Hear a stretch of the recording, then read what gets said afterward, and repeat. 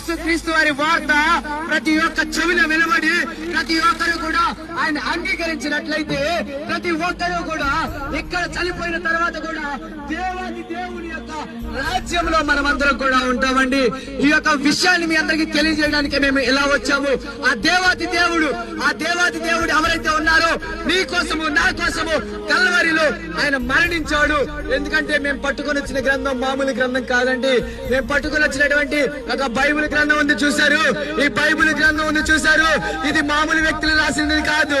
ఆ పరిశుద్ధాత్మ సహాయంతో ప్రతి ఒక్కరూ రాసి నింపి పంపించినటువంటి ఒక హోలీ బైబిల్ ఇది మా చేతిలో ఉంది. ఇది పట్టుకున్న ప్రతి ఒక్కరు కూడా ఎప్పుడు ఓడిపోయినట్టు చరిత్ర లేదు. ఈ బైబిల్ ని పట్టుకున్న ఎవరు కూడా వెనుతిరిగినట్టు బైబిల్లో లేదు, చరిత్రలో లేదు. ఈ రోజు ఈ బైబిల్ ని మీకు ఇవ్వడానికి, మీకు పంచడానికి, మీకు పరిచయం చేయడానికి మేము మధ్యలోకి వచ్చాం. మీరు అంగీకరిస్తారా?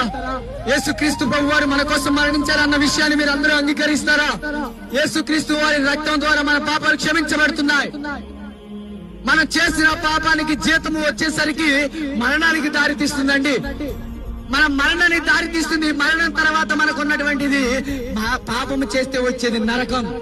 కానీ యేసుక్రీస్తు వారిని అంగీకరించి బాప్తిస్మం ఎప్పుడైతే తీసుకుంటామో రక్షణలోకి ఎప్పుడైతే